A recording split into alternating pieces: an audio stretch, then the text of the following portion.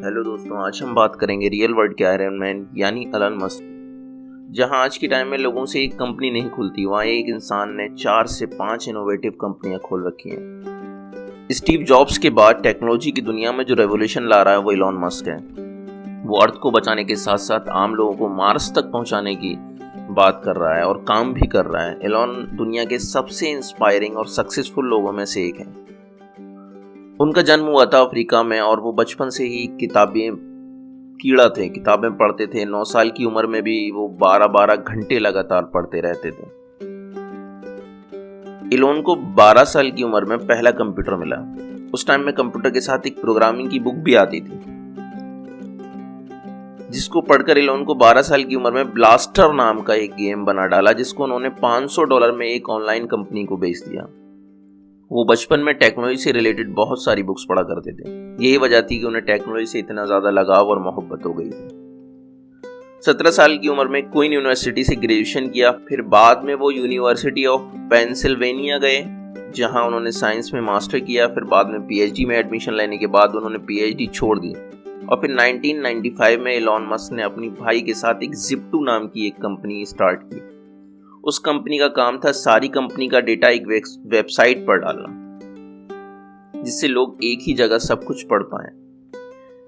Elon की उम्र उस टाइम कम थी और बोर्ड ऑफ डायरेक्टर ने सोचा ये सीईओ बनने लायक नहीं है, इसलिए उन्हें हटा दिया गया। बाद में Zip2 को जब बेचा गया तो एलन को उसमें 7% शेयर थे और उसके उन्हें $22 मिलियन मिले, जिसको फौरन इन्वेस्ट करके उन्होंने X.com कंपनी शुरू की। ये एक ऑनलाइन बैंक ट्रांजैक्शन कंपनी थी। उस टाइम में ये दुनिया की ऐसी पहली कंपनी थी। आगे चल के कन्फिनिटी कंपनी के साथ ये मर्ज हुई और ये पेपल बन गई, जो आज दुनिया की जानी मानी कंपनी है।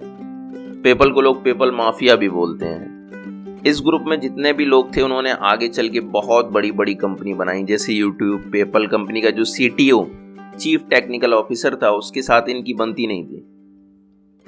इसी के चलते ये पेपल से भी सीईओ की पोजीशन से बाहर हो गए। उस टाइम तक एलन मस्क को शेयर बहुत बड़ा हो चुका था, $165 मिलियन लेकर ये बाहर आए। उसके बाद भी एलन मस्क रुके नहीं और सारा प्रॉफिट ऐसी कंपनी बनाने में लगा दिया जो आगे चल के ह्यूमैनिटी को बचा सके, जैसे SpaceX, Tesla, solar city, the boring.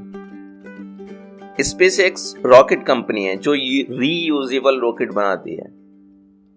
उन्होंने सोचा कि मार्स पर भी जीवन होना चाहिए और इसी के चलते वो रॉकेट का अरेंजमेंट करना रशिया चले गए।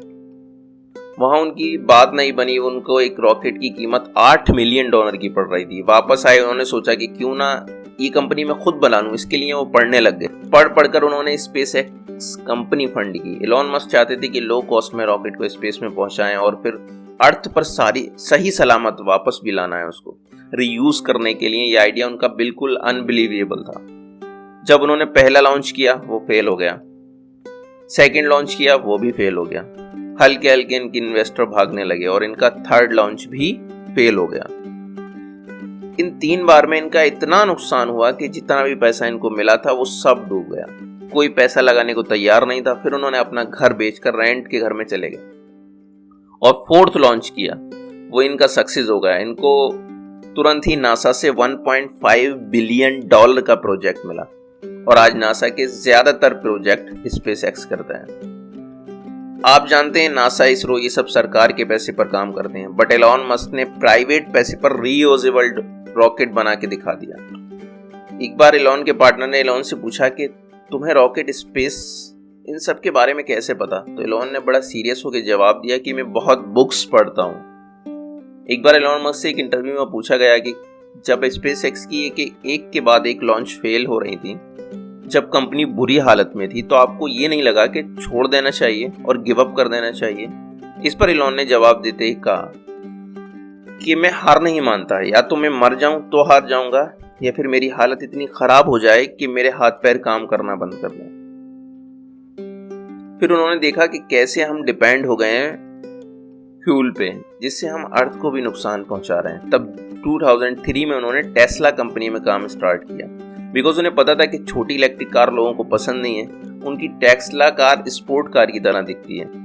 उनका सपना है कि हर कार इलेक्ट्रिसिटी पर चले और उनका टेस्ला ओनर को प्रॉमिस है कि वो कार को फ्री चार्ज कर सकते हैं टेस्ला स्टेशन पर, वो भी लाइफ टाइम।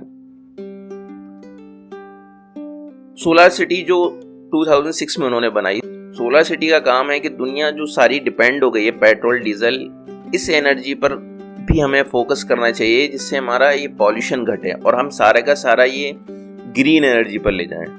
ये सारी चीज़ें अर्थ को बर्बाद कर रही हैं। उससे उनकी हर कंपनी के मोटिव के साथ कोई ना कोई एक सोशल कॉज जुड़ा हुआ है।